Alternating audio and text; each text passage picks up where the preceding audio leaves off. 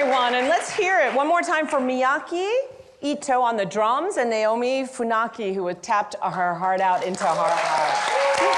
That was awesome. They are both artists based here in New York City, but originally from Tokyo, Japan, so that was such a treat. I want to welcome you all. I'm Juju Chang with ABC News Nightline, and I want to welcome you all to the WNET group, the All Arts programming tonight. Exploring Hate is the initiative in partnership with the Serica Initiative, and they're really in the narrative change space in the AAPI world, and that's exactly what we're tackling tonight. Tonight's programming is called Voices Rising, What's Next for Asian Americans in the Arts, and in order to explore that is this first incredibly distinguished panel that is sitting here next to me, so I want to take a chance to introduce them. First is Chien Julie Wong, who is an author and a fabulous citizen of New York City. She wrote Beautiful Country, a memoir of an undocumented childhood. Next to her is Jose Antonio Vargas, author of Dear America, Notes from an Undocumented Citizen. You see a little bit of a theme developing. But in order to break that theme, we have Mara Jacob, who is the author of Good Talk, a memoir on conversations. But actually, you're all memoirists, and you've all told your stories and really leaned into your identities to share your art. I want to sort of set the stage, though, as we were discussing the idea of the COVID pandemic and the way that it gave birth to so much anti-AAPI hate. And we all saw the alarming spikes at a time when the country was in lockdown. And yet, in another way, the counteraction was that the Asian American community really galvanized and really sort of were driven towards finding our voice, fighting for our identities, and fighting for a space in this world, creative world. So I wonder, sort of in that context, Chien Julie, give me a sense of how your memoir, how your story, you think plays into that. Yeah. I found my voice first and foremost in the courtroom. I'm a litigator by training, and I spent a lot of years speaking up for corporations in the courtroom. And one day I came home and I thought, I'm telling stories, important stories in the courtroom all day long, but I've never really looked at my own story, and I've never heard my own people's story, usually not in the courtroom, usually not in the media. And that was what started me working on my book and understanding where I've come from, where we've come from as a community. And as the hatred of COVID era rose, certainly wasn't the first time, it also helped me start to look further back into American history and understand that the very first immigration law was to exclude Chinese people like myself. And where that peak of hatred led, and how that fed into my current day experience, both as a lawyer in the courtroom and as an author and a person who experienced living as an undocumented person. But I have to hand it to Jose. I heard him speak when I was in law school, and by then I already was visaed, and he was not. And I just remember thinking, I have so much privilege. I'm a law student. I have a visa, and here he is outing himself, and what am I doing with my privilege? And that really was the beginning of me owning my story and stepping into the light. So I have to thank you. Where was this? That is so touching. And you have to understand, this is the first time they're meeting in person. They admired each other and DM'd each other on social media, but this is the first time. Where was that? I was at Yale. I think you were there. Yes, 2012. Yeah, that was the year I graduated. So I was graduating, and I'm like, I have all of this privilege before me. I can do anything I want. Yeah. And I'm hiding, and this brave person is standing out and really being a voice for all of us. That's really kind. I remember that event because Yale Law School has probably one of the top immigration, not just the way they teach immigration law, but just I think it attracts lawyers who want to practice that kind of law. There's a center there, and that's why I was there. But yeah. And so we have met in person before. You just didn't meet me. But Jose, you are a Pulitzer Prize winning journalist through the Washington Post, and yet you very bravely, as she's suggesting, outed yourself as an undocumented immigrant. What made you want to do that? What courage did that take, and sort of what was the ripple effect? It was mighty, clearly. Well, what I'm remembering, when people ask me about the bravery part of it, I just keep remembering all the lawyers who said, don't do it. Because, God bless lawyers, right? Like, I spoke to like 27 lawyers. Because I am built like a reporter constitutionally. And so I wanted to understand how much trouble did I really get myself into? And whenever the lawyers said, wait, what did you do? You're gonna say this out loud? You're gonna write it down? That was the thing. I'll never forget, I was getting ready to publish this essay in the New York Times. And a lawyer, Asian American lawyer, Sin Yin, who was for the Asian Law Caucus, called me as we were editing the essay in the New York Times building. And I had emailed her the draft. And she said, you can't put there that you broke the law. You can't put that in the New York Times, Jose. The moment you do that, you put a lot of things off the table. And I was so glad she called me. And by the way, the Asian Law Caucus is a very important organization. Please look it up, donate to it. I was so touched that but I remember telling her, well, Sin Yen, if I don't say that I broke the law, then what am I doing? Because to me, the bigger question is, well, what law am I breaking? Right? I think all you have to do is look at the history of the country and know that laws don't equal justice. Yep. Right? And when I was preparing to do it, part of my thinking too was, look, my name is Jose Antonio Vargas. As you know, when you see someone who looks Asian who has a Spanish name, they're Filipino. Right? And people don't know that America, owned the Philippines. We were a property of the Philippines, like Puerto Rico in many ways still is. And this idea of citizenship status, I'm so glad you mentioned the Chinese Exclusion Act. Filipinos have a very complex history when it comes to naturalization, nationalization, citizenship.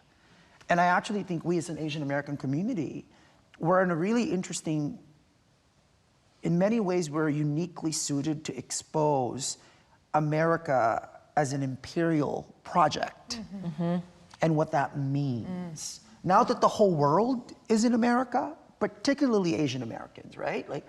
Journalists, so some numbers. At least 70% of all AAPI adults in this country are immigrant. We are more immigrant as a community than the Latin community is, or the Black community, right? So we are the bridge to this global conversation about why are people moving? What laws are in place? And to be honest, politicians are not in a position to tell the truth about this because they have to get elected. Storytellers, that is where we live, right?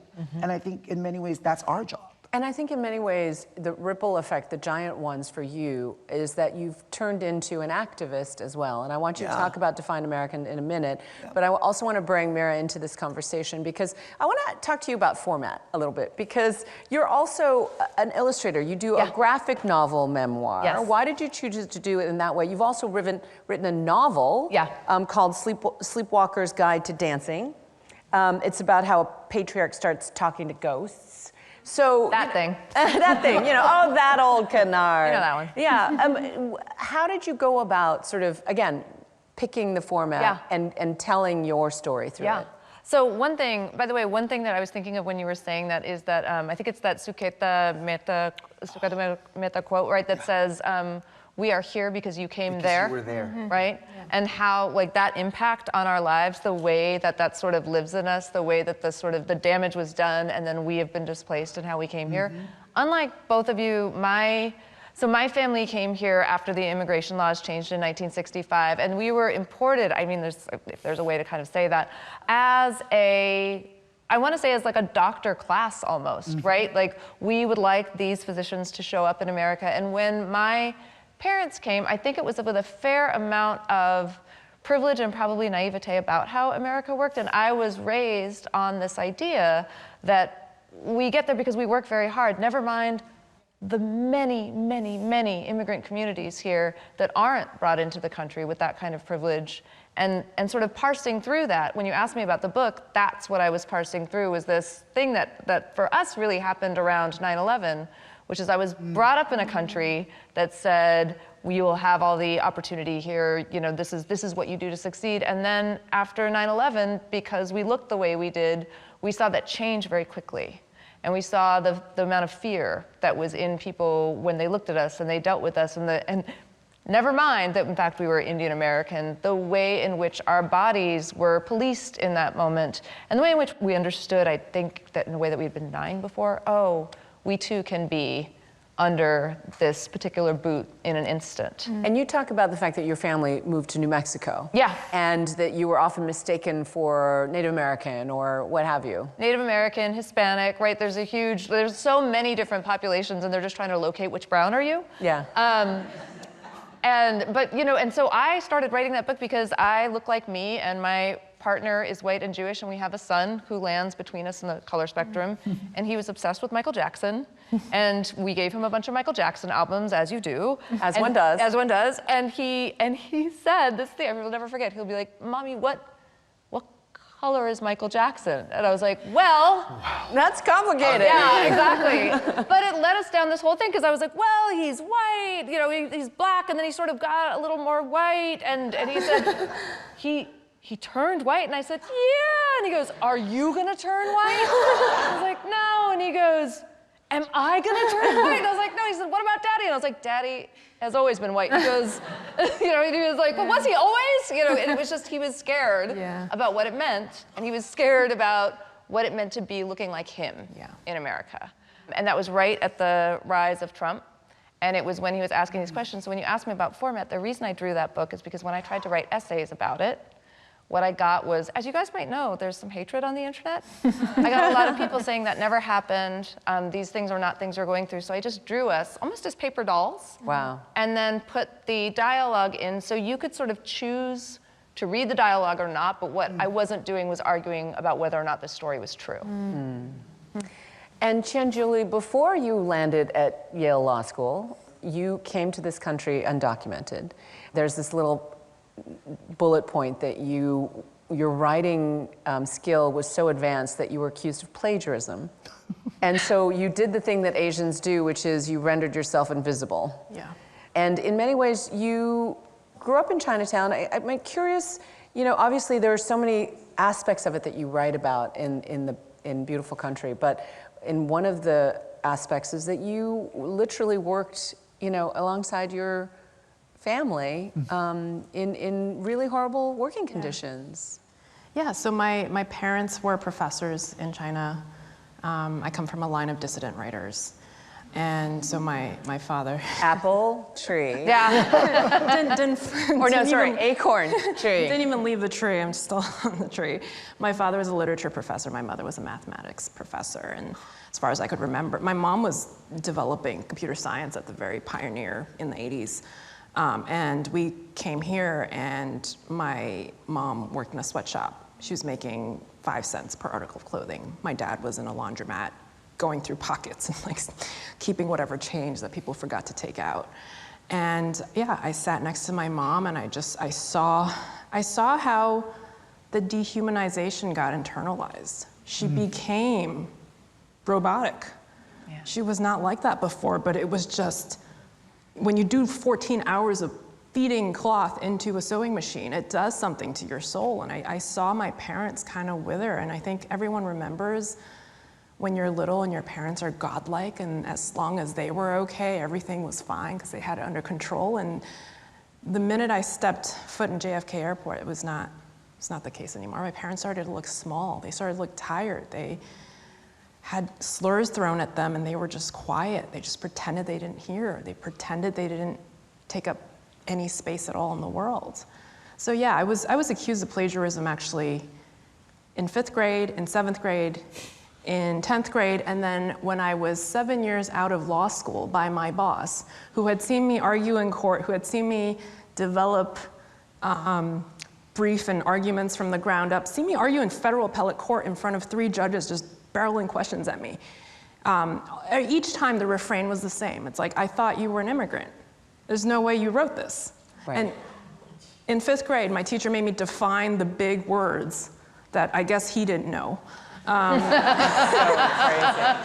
Well, it does. And it's fascinating to me because it really. I also read that you wrote the novel on your iPhone. Yeah, on my way to work. Because she was at. Was it Clearly Gottlieb? Which I was at Kirkland and Ellis, Kirkland which is and Ellis. another one of those. Yeah.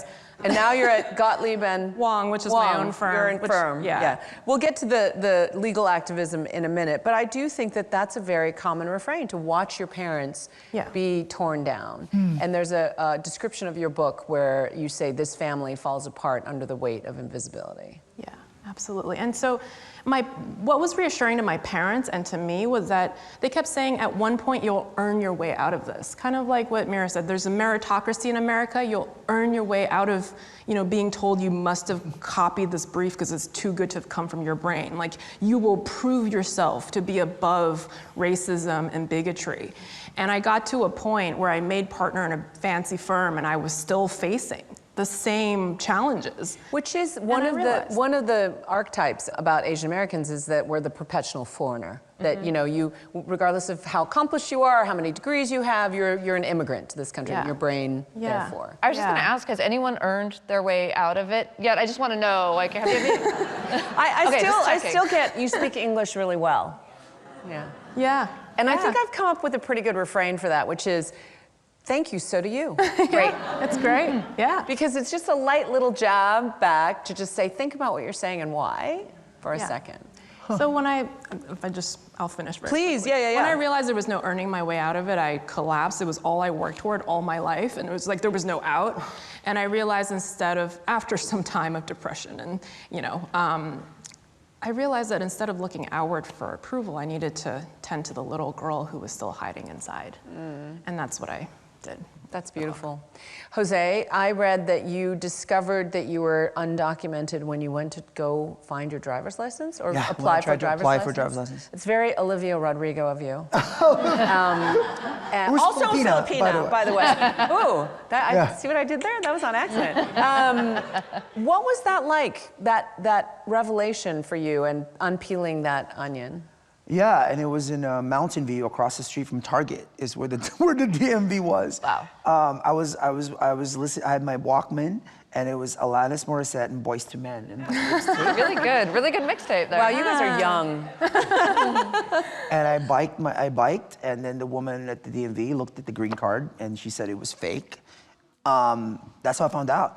And but then this is in California in 1997, right? So post Proposition 187. I don't know if people remember what that was. That was, Governor Pete Wilson was basically saying these illegals, these aliens, right? And as an immigrant, all immigrants, young, old, all we know about America is what media we consume.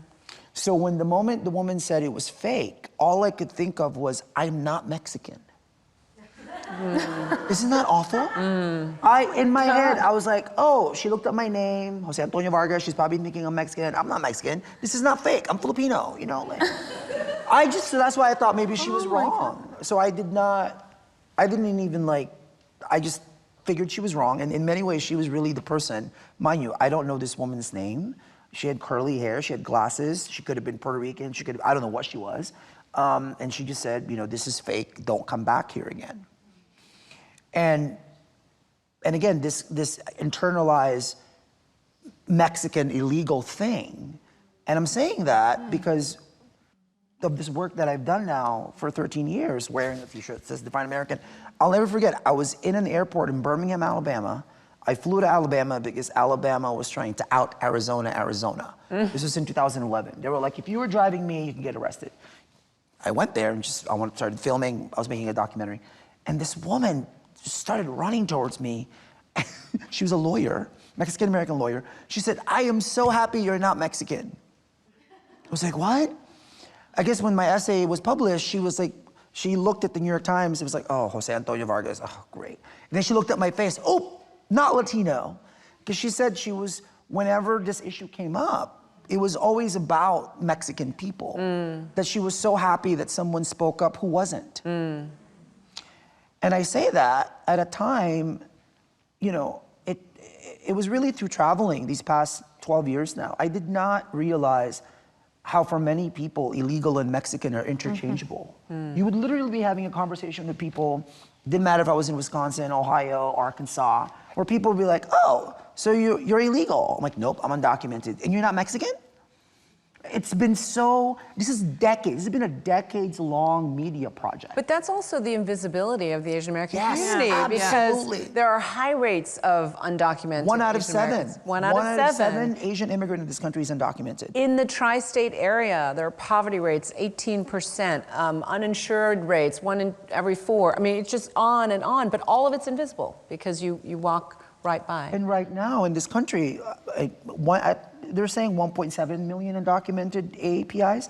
Indians are now number 1. It's Right. Indians and Chinese, Yeah. then Filipinos, right? So for me, that's why it's important that we figure out a way to tell these stories in all the different genres and platforms that we need to be telling it. Mira, I want you to, comment on any of this, but I'm also curious what you guys think about this idea of telling your story, leaning into your identity at a time when DEI is getting so much pushback, when identity politics is becoming so divisive, right? So we talked about the start in 2020, and here we are in 2024, post SCOTUS ruling, post changes in the temperature. I think we always have this, when something like DEI is suddenly in the hot seat, when there's a judgment about that, there's a tendency to want to say, no, I am not that. I am not the thing you object to. I am my own person. And one of the things I think that is so hard about being attached to this space and this body is that because we will never be seen as truly American in many ways, right? You are located by that initiative no matter what.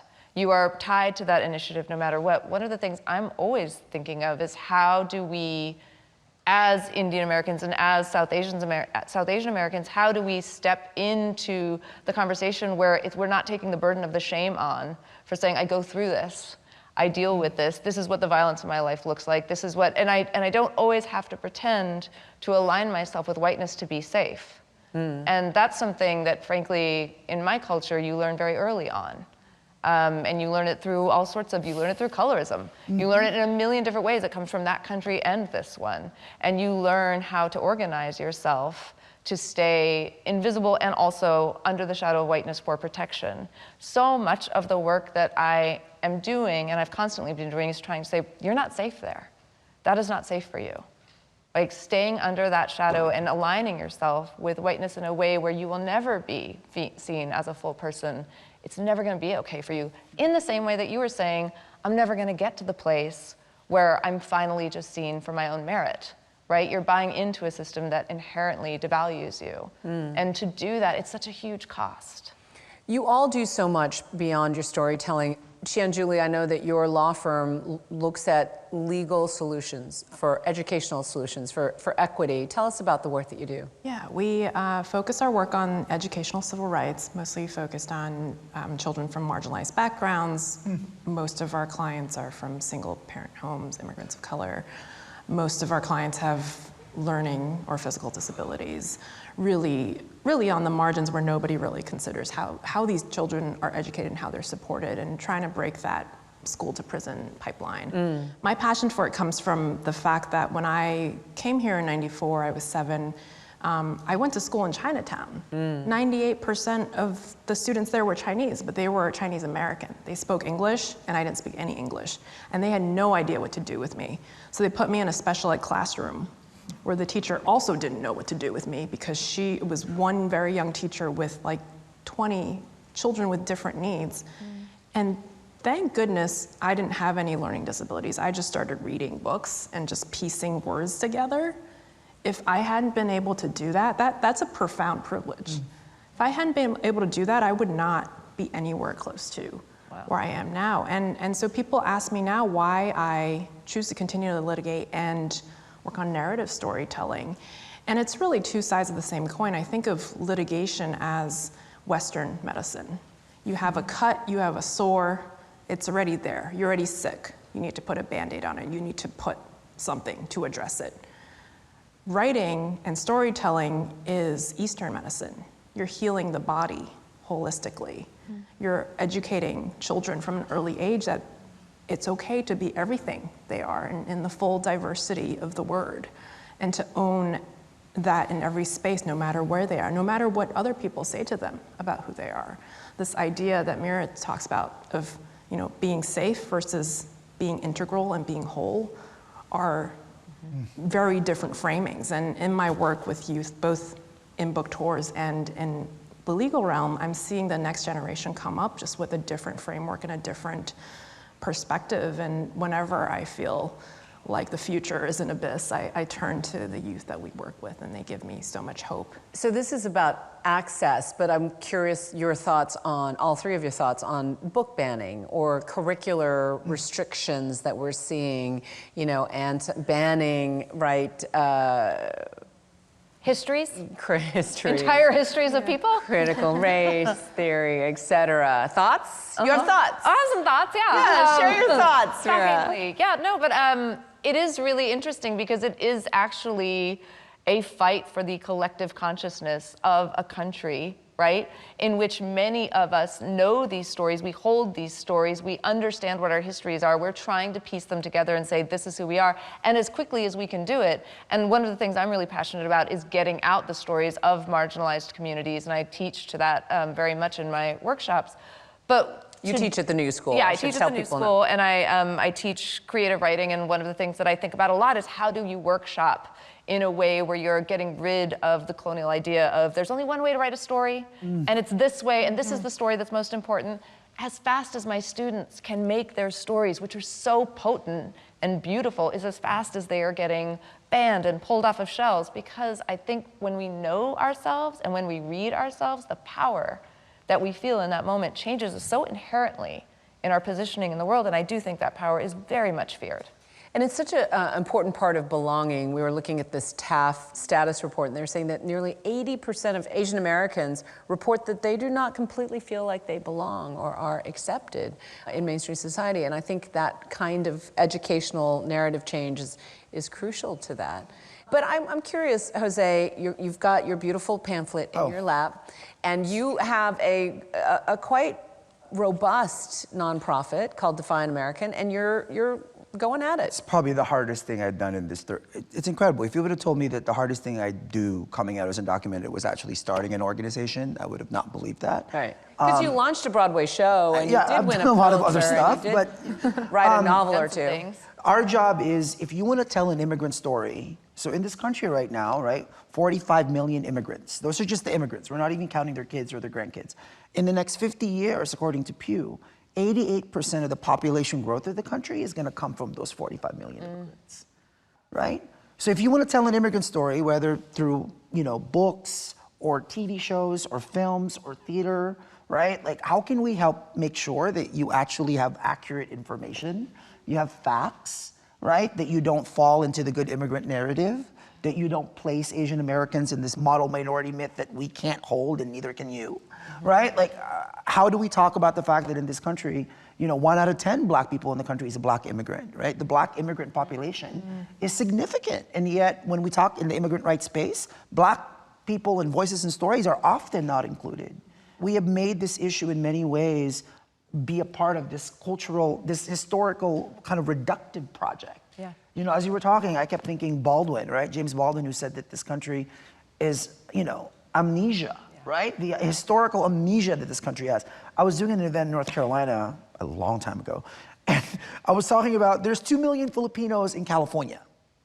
2 million, I'm not sure, by the way, that the undocumented Filipinos are counted in those 2 million. So I said this out loud in North Carolina at this event. And this elderly man at the end got up and said, "Why are there so many of you here?" And I was like, clearly he has not had Filipino food because he would not.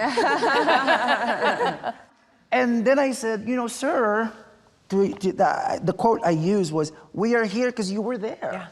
Yeah. And he didn't know that. He didn't know that America was taken by the Philippines. So if you don't even know that, if you can't even face that black people built this country, that you displace indigenous people, if you can't even deal with that, how are you going to deal with the 45 million immigrants that got here after the 1965 Immigration Act? And I bet you most people in America don't even know what the 1965 Immigration Act is. Right. And how that forever changed the demographic makeup of this country. And that how we owe black people and their allies who fought for the civil rights movement.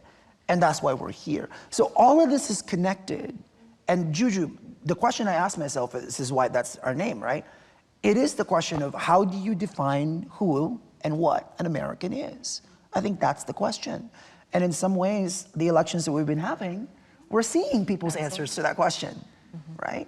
But the invisibility part, as you were talking, I have to tell you, I was really, the internalized part of this to me is what I don't have much language for yet. And how do we make sure that we're not just here as workers and consumers, that we're here as citizens, that we actually vote? I was stunned when President Trump was elected, the first time around he was elected. I started asking my family members who voted. And the people in my family, I'm the only one who's undocumented. Everybody has natural lives or have papers. I was stunned at how many people who actually could have voted did not vote because they have already internalized this feeling that they're nothing but labor. That this is where we get our Costco cards and we have Macy's credit cards, but we don't vote because that's for the Americans. That's not for us. That, to me, is a stunning reality that we have to face. Do you, in your narratives, are you conscious of trying to either appeal through your personal narrative, or how conscious are you of trying to break tropes, whether it's fetishized Asian American women, or the mono minority myth, or whatever those tropes are, as you're setting about putting fingers to iPhone, as in your case, or pen to paper? I think, yeah, oh, sorry, you want to go ahead? Oh, I was just going to say this internalized thing is something I also struggle with, because as you're saying that just now, I just thought, I've always thought of, even if I use my voice, no one's going to care, no one's going to listen. And I'm a litigator. Like, my job is to make people listen and believe me. And I still think that. So the only way I was able to write my book, I think, was so casually on an iPhone on my commute, because I told myself no one is ever going to read this. First of all, nobody cares. Secondly, I will die if someone reads this, because I'm going to get deported. My whole family will be deported. Our lives will end. And I have to protect my parents. And so I couldn't even get out of my head. I was just like, this is, for me, this is like a diary. Like, it's so casual. I'm writing in the notes app. This is not a book. That I had to trick myself into owning that story. Oh, that's in heartbreaking. That quiet space. And of course, having it out in the world was another step of healing, where I saw that it meant that people were listening, that people were reading, and I still didn't quite believe it, even when I was in spaces where people told me as much. But I think it's a process, right? Because we have to realize that we are also consumers of some of America's lies, and it's groomed us as well as many people around us. We're closing out on the final round, so just give us some thoughts on either what I just asked about tropes, or about how conscious you are about your narrative, or even just what it means to be an American as we close out the segment. One of the things that you were just talking about, the idea of who do you write for and how do you write Right. how much of your story, and how do you express that, and are you working toward a stereotype or not? One of the things that I'm always trying to think of is, how do you drop into the center of a truth that might be really uncomfortable, a truth that your family might have told you to hide, a truth that you might have protected yourself from because of fear of America. And the way that I do that, and the thing I tell my students always, is something that Kiese Lehman once said, which is write for us. And that us cannot be defined by a single consensus box. That us is the us that is holding on to this story that is very hard to tell, but when you imagine, and I do this often, that when I'm writing something exceptionally vulnerable that I am scared of and that I have to walk my way toward, if I imagine that there is an us out there who needs the story as much as I need to write it, I can brave up to that place. Wow.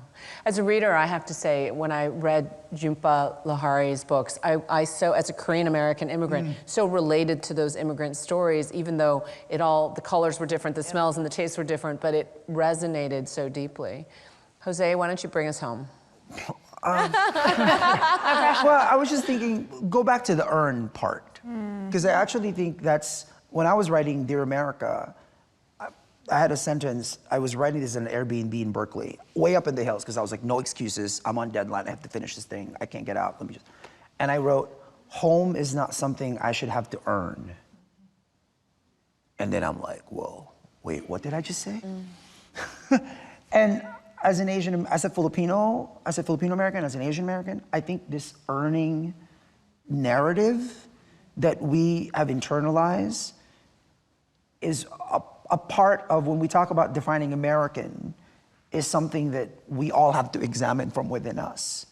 You know, I was in front of a very not friendly audience, and I said, because you know, people say I'm undocumented. People say that people like me should earn our citizenship.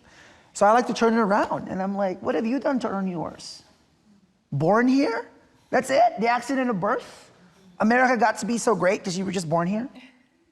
Right? So the glove has to be pulled inside out, right? Like, don't ask us to earn something that you haven't even figured out how and why to earn it. I love it. The glove has to be turned inside out. I appreciate your thoughts and your wisdom and your artistry. Thank you so much for sharing all of it with us tonight. Mira, Jose Antonio, Qian Julie, thank you.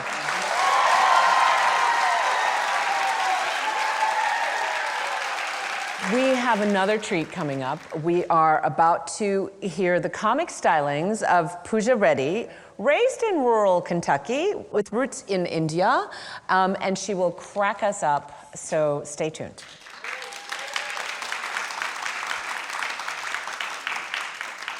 Hello. I am Pooja.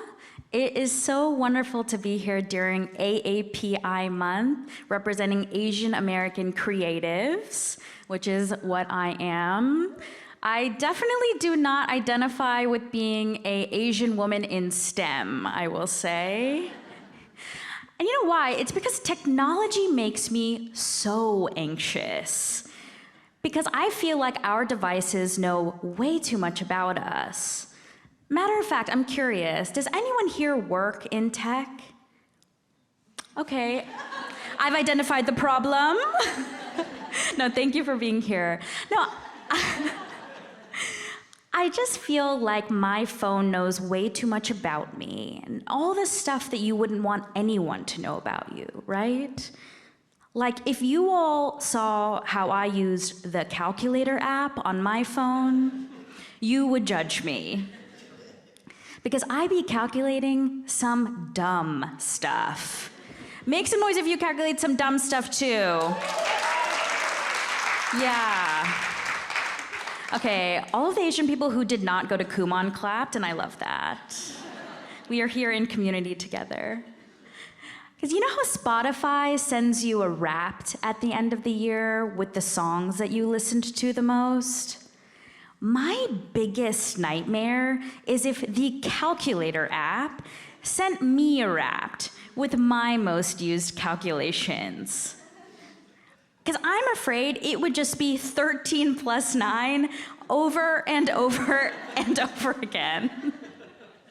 It is so nice to be here in New York City. I've lived here for a few years now, but I'm actually from a tiny farming community in the Bible Belt of rural Kentucky.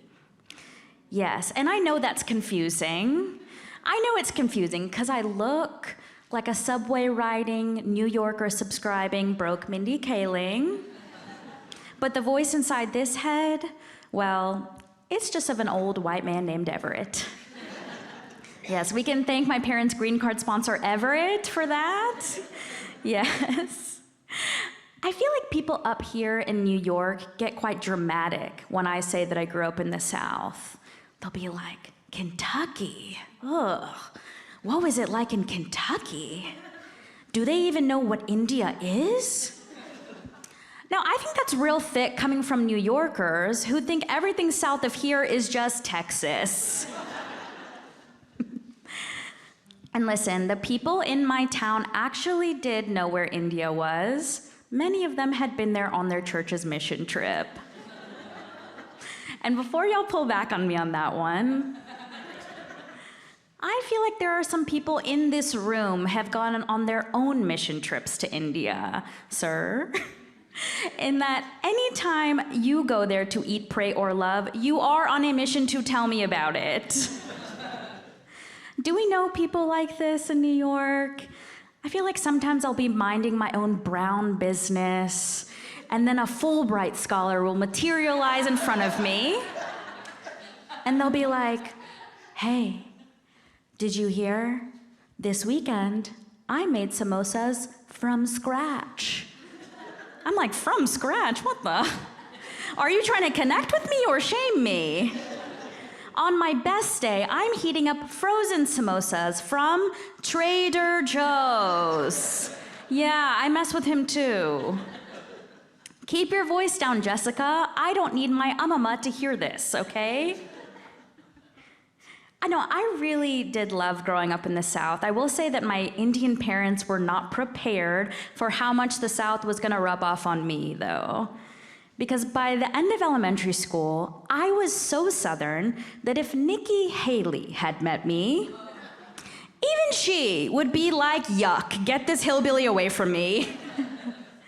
I was so Southern that the summer I turned 10, I begged my parents to let me go to sleepaway camp that was run by the Department of Fish and Wildlife. I think the only reason they even let me go is because it was called Camp Curry. They were like, Camp Curry, finally our daughter is showing an interest in cooking. Couldn't have been farther than the truth. The objective of Camp Curry was to earn your hunting, fishing, boating, and firearm license, which I got. Yeah. Yeah. Uh-oh, no one was messing with me for being in the chess club that year. At the end of the summer, I came home wearing head-to-toe camo, carrying a shotgun, just looking like a little redneck Dora the Explorer. I feel like there's some people in the back that are looking at me as if I have the gun on me right now. Don't be ridiculous, it is at home, okay?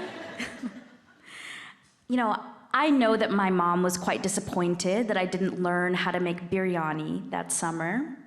But she was surprisingly supportive of her little sharpshooter. Because one time, I heard my aunt say, did you hear? Cousin Ashish just broke the record for speed solving the Rubik's Cube. And my mom was like, did you hear? The United States Army has already recruited Pooja because she has perfect aim. Safe to say that I have been in therapy since then. Do we have any other therapy goers here? Clap if you're in therapy. Yes, incredible. So for those of you who didn't clap, so you're all just choosing to be toxic this year? What's up?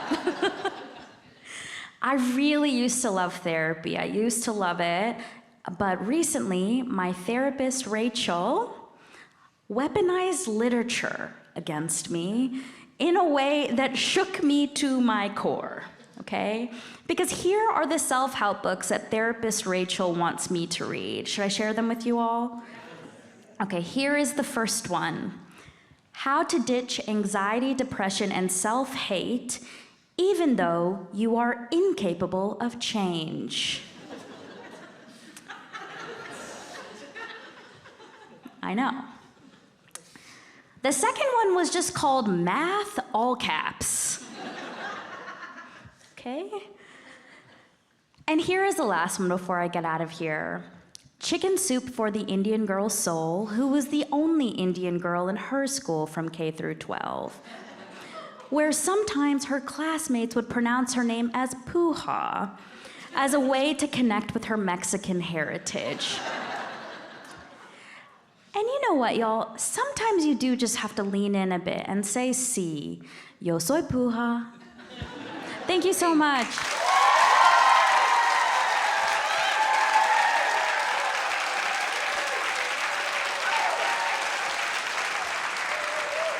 Isn't Pooja hysterical? She is one half of the comedy group with Kruti Gang, and they headlined Caroline's in the New York Comedy Festival recently. So Google her up and make sure you catch more of her comedy.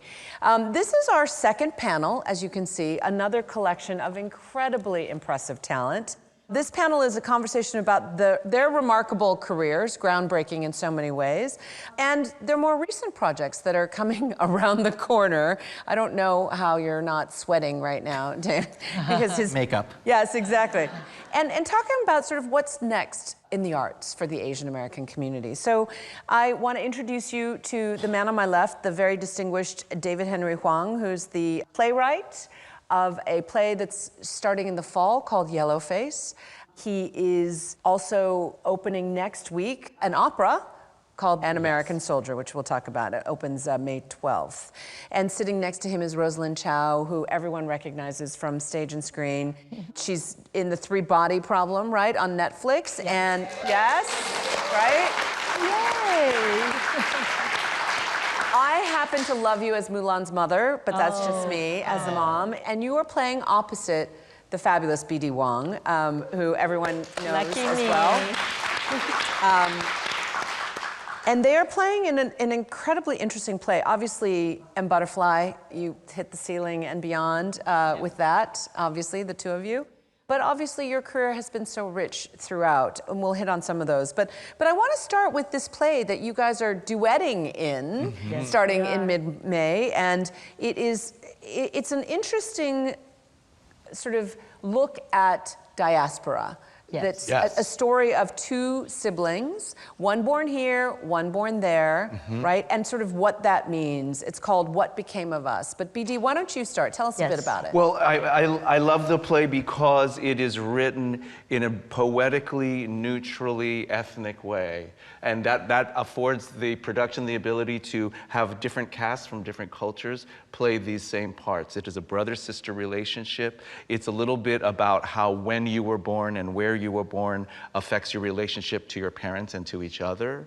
So we have very different relationships to our parents in the play. And to identity, too. And to identities and birth order, how that affects. So it really does cross all, it's not just about immigrants, but it is about immigrants as well. Yeah. So, we've found that people from all walks of life seem to be drawn to it. It's quite beautiful. It's beautifully written by Cheyenne Lotfi. Is the playwright, and it's a debut for him, and it's a beautifully written Beautiful. play. And so, Rosalind, how would you characterize the characters? Describe how who they are and how they interact. Well, she's the good one. And he's she was born in the other country, whichever the other country is, and as a result has a little bit more of a bond with her parents, as any older child does, but it's exponentially more because she was born in the other country and remembers the language of the old country. And then comes number two, and there's a little bit of a dynamic where, it's a difference, it's a cultural shift as well that happens in households of immigrants. I'm sure it's very familiar to all of us.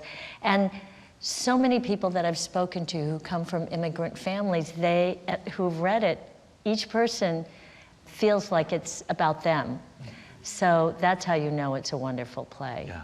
We have a crew of all people who were children of immigrants, and each one thinks it's their story, but it's not, it's really mine. And so I'm curious about An American Soldier, right? I mean, that's your next big production. Yeah. Tell me about what drew you to the story, what makes it an opera, in your view, and just tell me the story of the private. It's the story of, based on the true story of Private Danny Chen. And he was Not to be confused with Vincent Chen. Right. Another Yes, historic figure in the Asian American family. And Danny was a Chinatown kid, born and raised in Lower Manhattan, and enlisted in the US Army in 2011, was sent to the Kandahar region of Afghanistan, where he was basically kind of racially hazed to death. And I was remember approached. reading about this, yeah. Yeah, I was approached by a woman named Liz Ouyang, who is a civil rights attorney and advocate. And she asked me if I wanted to write a play about Danny. And I actually didn't, because it just didn't fit into my sort of aesthetic interest at the time. I tend to, in recent years, I've written more sort of meta things and comedies, and like the show we're doing on Broadway this fall. But the composer Huang Ro had a commission from Washington National Opera in DC, and we were looking for something to do together.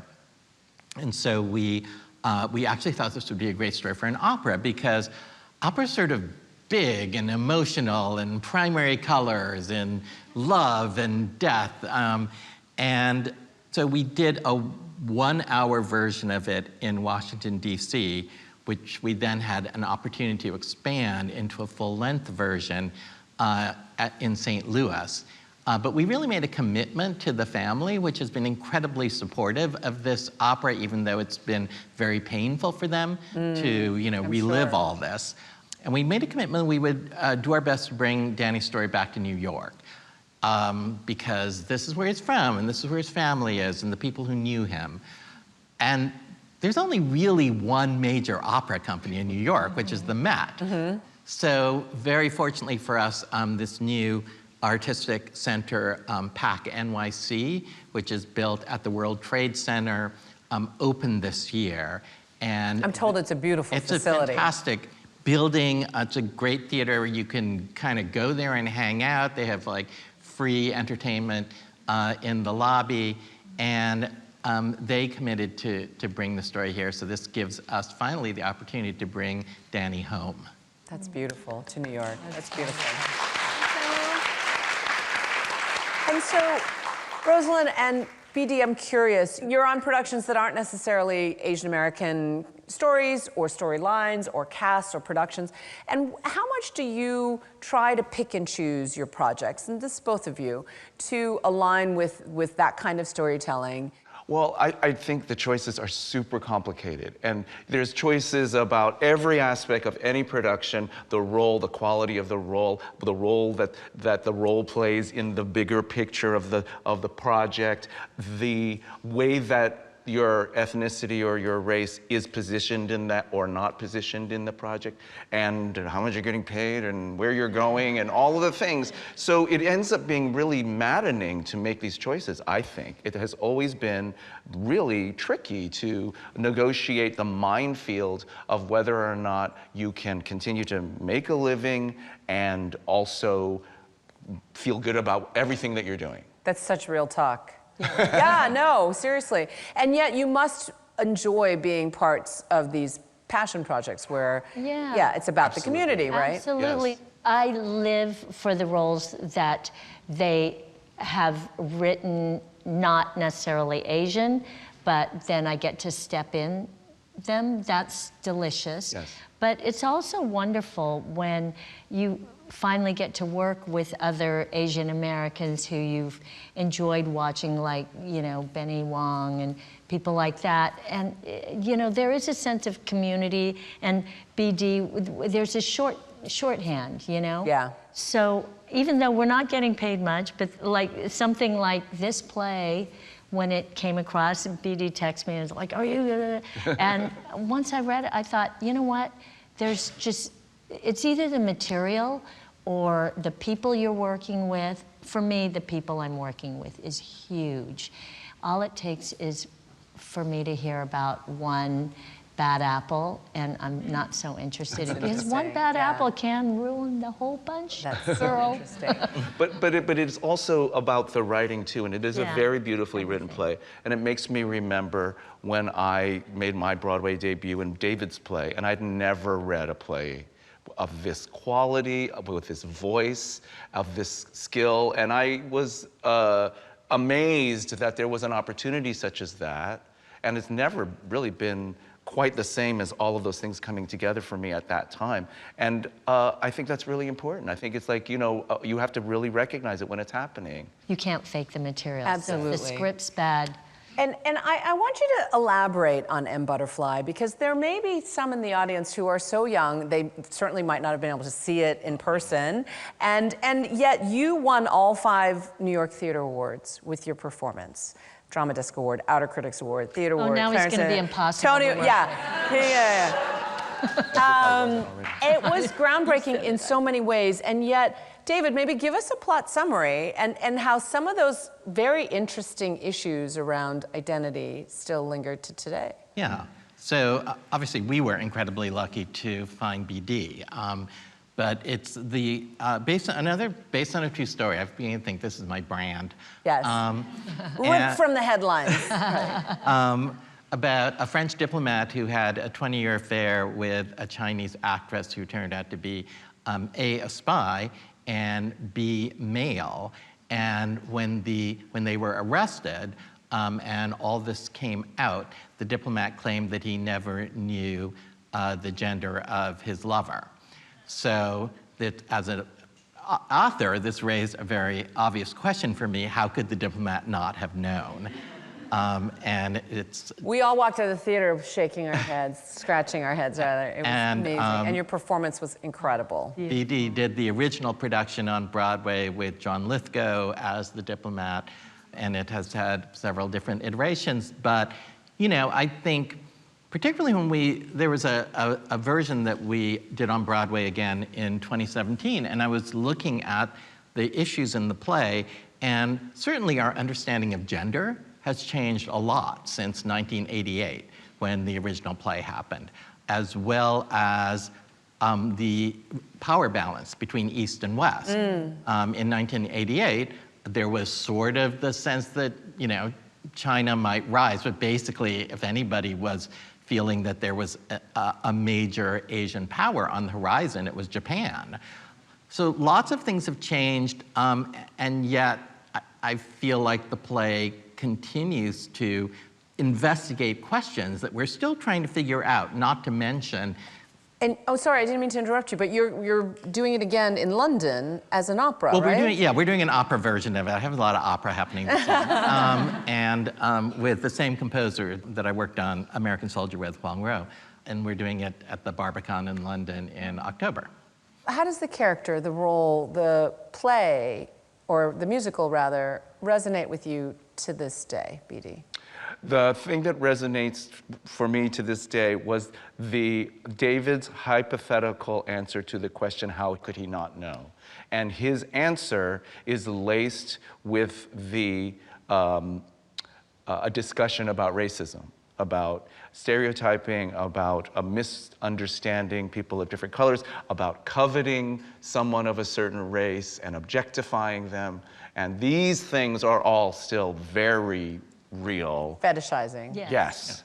And that's a big part of the center of their relationship. And so the play really, to me, holds up in many ways, aside from the discussion that we could have about gender and how we, you know, nothing's, you know, a reveal where someone who presents as a woman is actually what we call a man is not a big deal anymore. Right. And it was a really big deal then, actually. It was quite shocking. It was shocking. Yeah, and there's still the feminization of Asian males and the desexualization of them. That still is, you know, that exists to this day. I want to explore a personal note with you, Rosalind. I read that your parents were Peking opera singers, performers. Yeah, my uncle was as well. Yeah. And your family, and they came to the States and did the immigrant thing. Yes. And yet encouraged you to be a performer and worked in a restaurant, Well, they didn't really encourage it. They encouraged me to be in their Peking opera shows. Outside of their Peking opera shows, maybe not so interested because it interfered with school. So as long as it didn't interfere with school, it was, you know, a go. So they stayed true to the Tiger Parent. So, yeah. Well, they weren't Tiger. I was latchkey, but in theory, they still wanted me to do well, despite the fact that they didn't want to have anything to do with it. But it was a very, like, obviously prestigious, interesting line of work, and then to come to the States and be work in that immigrant? Well, they weren't professional. My uncle was a professional Peking opera singer, but my parents had a love for it, let's put it that way, and started a Chinese opera club here. And that was their first love, I would venture to say, yeah. So Is that in New York? Where was that? that Where was, did they settle? started in New York, and then they were in LA. I played boys. Ah, interesting. And yet they must have been so proud of you entering into entertainment and no? Were they? BD knows so much because we're BD's like, are you gonna tell the truth? well, we're in this rehearsal room where we're really swapping stories about our parents, and I feel like people in that rehearsal room that I've only met 2 weeks ago probably know more about my upbringing than people who've known me for years, than you've known. I've known you since you were 18, and I didn't that's know you true. came from a Peking opera background. Like I have been learning it on TV. It's my dirty little secret, yeah. And so they weren't particularly. I feel like a therapist now. Yeah. So tell us, share us your feeling. They weren't overly enthusiastic, especially, you know, as I got older, my dad used to say, oh, okay, that's a hobby. But now what? Yes. You know, so. But you were in Joy Luck Club. I mean, we Yeah. all looked at you like you were the queen. Crazy. You know were what? breaking barriers. Anytime somebody says they recognize me from Joy Luck Club, I always know they love their mother. No, I'm going to tell my mother that. Yes, do. So, David, I want you to talk about Yellowface and the issues that it brings up in the way actors are cast. So, tell the audience, if you will, another plot line ripped from the headlines. Right. And this is coming out in the fall with Daniel Day Kim. Yeah. A So little known, low-profile guy. yeah. So Yellowface is kind of an unreliable memoir about a Tony Award-winning playwright named David Henry Hwang, who protests the casting of a white actor, Jonathan Pryce, as the Asian lead in the original production of Miss Saigon when it comes to Broadway, which BD was also very much involved in. But then in the play, David then inadvertently casts a white actor as the Asian lead in his own show, thinking that the actor is of mixed race. And when he finds out that the actor is actually just white, he tries to cover up his blunder to protect his reputation as an Asian American role model.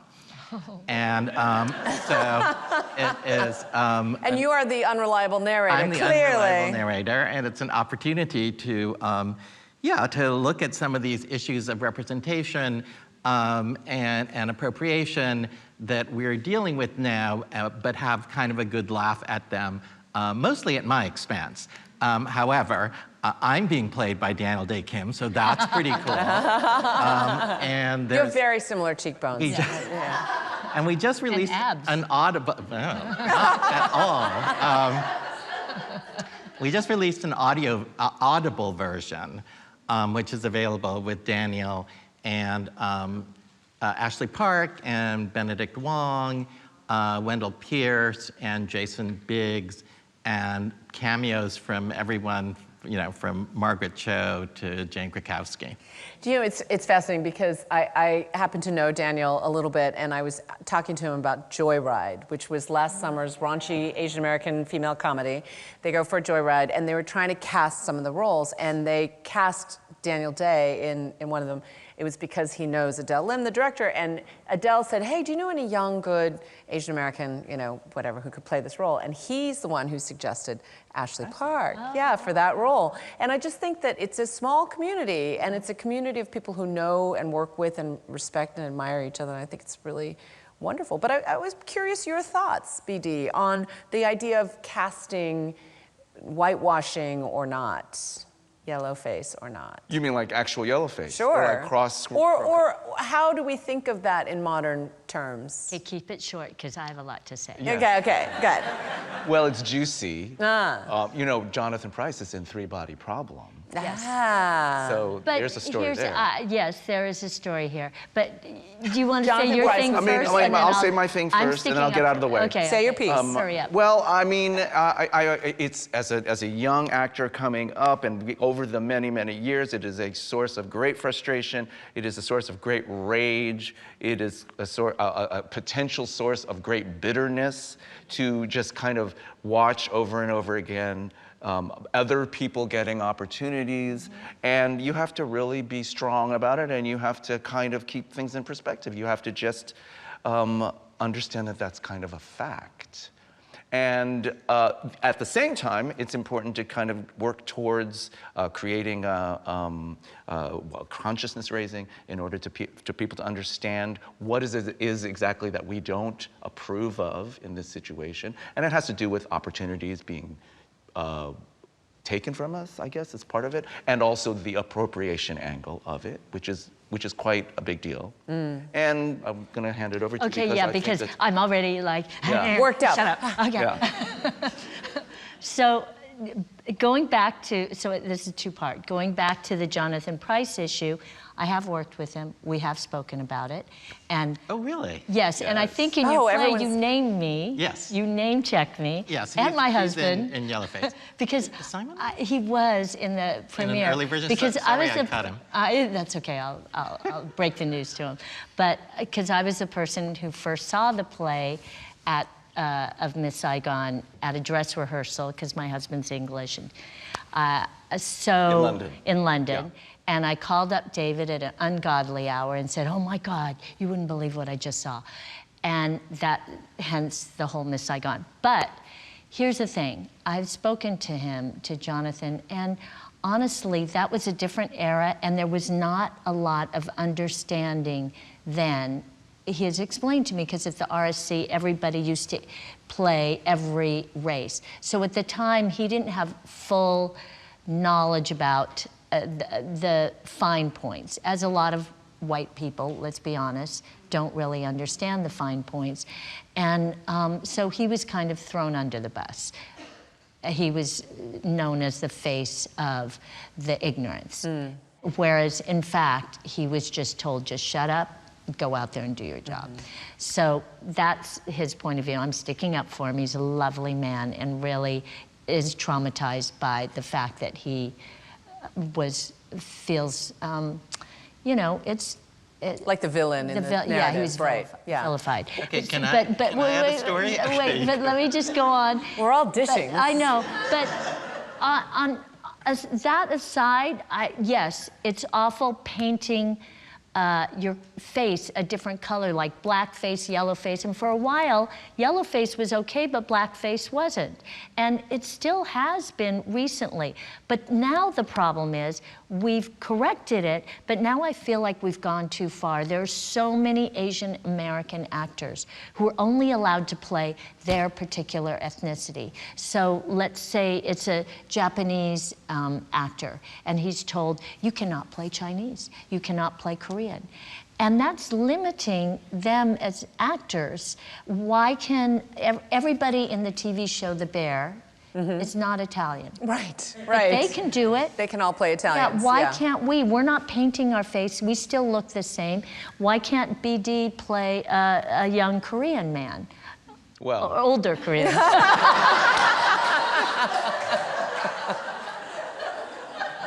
I'll tell you why. That's what we called comic timing. That was very funny. You had something to add, David. Yeah, so I just wanted to add that in the original Miss Saigon dispute, one of the things that the producer Cameron McIntosh said was they did a worldwide search to try to find an actor to play the engineer, and they couldn't find any Asian who was qualified. And So that well, he's insulting. never been, yeah, it's very insulting, and it's never been retracted. And I was in, I was sharing a car to the airport once with Nick Heitner, who is the director of Miss Saigon. And we were just, you know, Really dishing now. I didn't name names. And Nick, you know, Nick's a great guy, and he was just very honest. He said, "Oh, I was so embarrassed when that happened. We never had a worldwide search. We never looked. Yes. It's just, you know, Jonathan, we brought Jonathan to London because he was our friend, which actually is the way, I mean, it feels like such a true story. That's how things happen. So I feel like there was never kind of a retraction of that No, statement. there wasn't. No. And he was never, also, he was thrown under the bus. They made him the bad guy. Well, they did. It's going to happen again this fall. Well, so how much? So how much has changed in your view? Everyone's talking about this giant renaissance, or not even renaissance, but this blossoming of Asian Americans in the arts, whether it's, you know, Parasite to Minari to Everything Everywhere All at Once, or, you know, this last theater season, I did Here Lies Love, which is the Filipino story of Imelda Marcos, and there was K-pop, which if you blinked, you missed it. But you know, again, lots of Asian American performers, lots of Asian American choreographers, writers, directors, all of it. And then there are the Asian American performers that I've interviewed in Little Shop of Horrors, Right. Darren Criss, right? Or the first Asian American to play Dear Evan Hansen, right? So where do you see the progress, and where do you think there still needs to be progress in all of the things I just threw out? I just think there's a differentiation, though, between, I'm just going to start with that and then I'm so bossy, but between Asian American, and that's my one issue, is that, obviously I have many issues, but that there is a blanket sometimes around, like they'll bring actors who their first language isn't English, but they're still put under the Asian American label. So there is a difference. You know, we were born and raised here, and so there should be a little more fluidity for us as far as performers. And then there's, you know, we're all Asian, which is great, but there is a difference. And I do notice that the one thing that is happening is everybody's placed under the Asian American label, not just by you just now, but you know, I see it everywhere. And there's a slight difference, you know. Sure. Not to be snobbish or anything, but Not at all. And so where, BD, do you see progress? Where do you see more room to run? I think as painful and weird and traumatic for everyone that this whole protest over Miss Saigon was, it was the cracking open of a door to a discussion that had never, ever been had before about that began with that and led to a discussion about representation, appropriation, diversity, inclusion. These words were never even in our vocabulary in 1992. They became part of our vocabulary, and part of the Miss Saigon thing is, in our community, the root of our ability to articulate the nuances of what we're talking about here. So I see a slow, kind of incrementally encouraging opening of this door, which is one, I think the most positive thing about it is the influx of young talent and young writers and young people behind the camera, and a much more of a fluidity and a much more of an ability for them and us to get work. I kind of already asked you this question, BD, but I was in conversation with a young Korean-American stage performer named Abraham Kim. oh, I know. Do you know Abraham? Yeah, It's a he's small lovely, world. yeah. He's adorable, and he was in K-pop. I can say that because I'm a woman of a certain age. And he was thinking, oh, I hear Crazy Rich Asians is coming to Broadway. And he's already thinking, did you know that? Did you know that? And he's already thinking, do I want to do that? Do I not want to do that? And how do you, not? make those choices? Yeah. I don't think that's enough. We have enough information about Crazy Rich Yeah. Asians, the musical, to know whether we want to do it or not do it. I mean, Right. I mean, as a thing, I don't think there's any reason not to do it.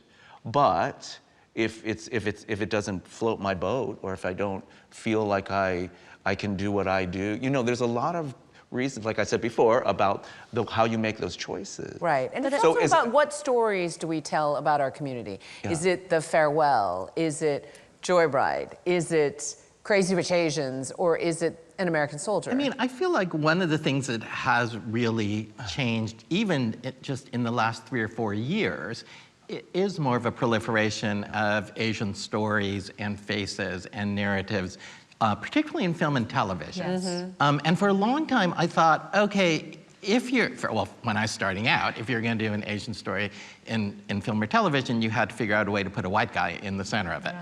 Right. And then that eventually, when there started to be more, some Asian American story or Asian stories, it's this distinction that you're talking about, I thought, okay, if you're going to have Asian Americans, they have to be kind of in an Asian setting, like Crazy Rich Asians, right? So it's kind of Asian American light.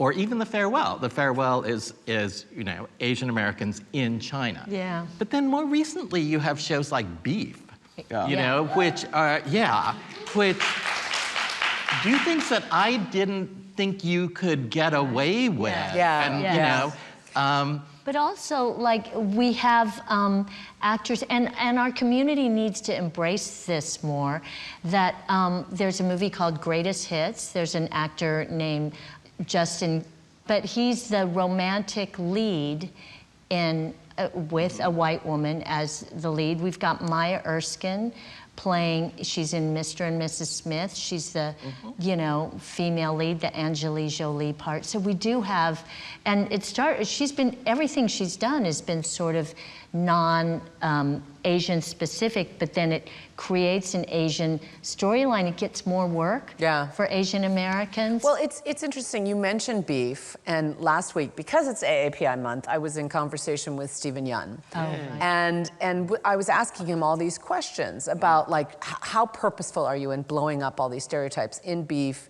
in others? And he said the thing about when I was in Walking Dead, I had the white girlfriend, and then it was like, I'm done, we'll move to the next thing. And recently he was offered something where it was like, well, you're not a hero, but suddenly you become the tough guy. And he was like, wait, that's a stereotype. Like, why am I not the tough guy? And it's surprising to you that I become the tough, you know, so it's all of these, you know, really thoughtful choices that artists make and writers make and, you know, people make about the choices. And he said very specifically that he and Ali Wong, as producing partners, were unafraid to show warts and all, the humanity and all, each and every one of us who make bad choices or say bad words or do the things that they did in Beef. Yeah. I mean, and they also address something really interesting that I hadn't seen, that sort of the anger, the rage. simmering rage, that the whole things. And you know what's interesting is I felt like a lot of people who didn't grow up Asian American didn't get that. But we all had an instant familiarity with and yet that it was a big mainstream hit. So I think people can understand, you know, it resonates. well, I mean, I think there's this general principle that the specific is the universal. And what we discover is that if you can be more specific about a culture and it feels authentic, people who are not from that culture, if it's a well-told story, they can relate to it. They may not understand the particular kind of suppressed Minutia, anger, but they'll understand some sort of connection to rage because it's a universal human property. Absolutely. That's the play that we're doing is the kind of a variation on that, on what David is saying, is that there's this crazy kind of universality, and yet there is, what he's taken out is the specificity, the traditional kind of specificity that you get about what country someone came from and all the things they did when they got here. Those things can actually be very shared in the immigrant experience, and so the playwright is really exploring that universality through a kind of generality, actually. So you have the first, we're starting the production. I wish we were finishing it, but we're starting it. And then Tony Shalhoub and Shohreh Aghdashloo are going to kind of overlap with us and then take over. So you could see both versions. You could see the Lebanese Persian version of this play, and you can see the Asian American version of this play. It's quite universal. And then he doesn't is. have to change a word. That's of it. incredible. Yes. I'm excited to see it now. We have so many tickets to buy and books to buy and things to stream Thank and goodness, audibles to right? die. Exactly. Yeah, that's a good That is sign. the flourishing of Asian American art. So we're down to our last couple of minutes. So closing thoughts as you look on the horizon for Asian Americans in the world of arts. You know, all encompassing. Spend your money on Asian content. Yeah, I Like really, that's how Yeah. it works, right? Yeah. It's how it works, and we see all of these opportunities that other people seem to have, and how do they get them? And you know, you go to like The Wiz on Broadway, and you see just a sea of African American faces, Also- and we really want that for us. yes. And also, let's not tear each other down, because I do think there's a perfectionism sometimes in Asian Americans, as you know, that we want everything that we do to be, you know, straight A's. But I think if we have a little kindness towards our own, I think that's really beneficial too. I do feel our community needs to really embrace everything we do.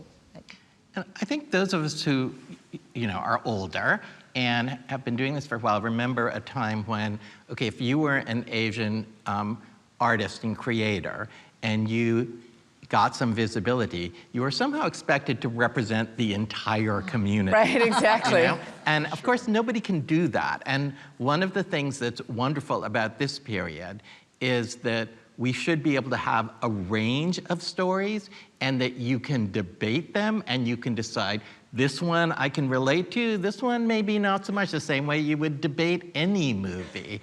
And appreciate the multiplicity of points of view and experiences that are part of our community. And quality too. I mean, you Yes. know, we should be able to fail. Absolutely. And not like feel like we're taking the whole community down with that. Exactly. Absolutely.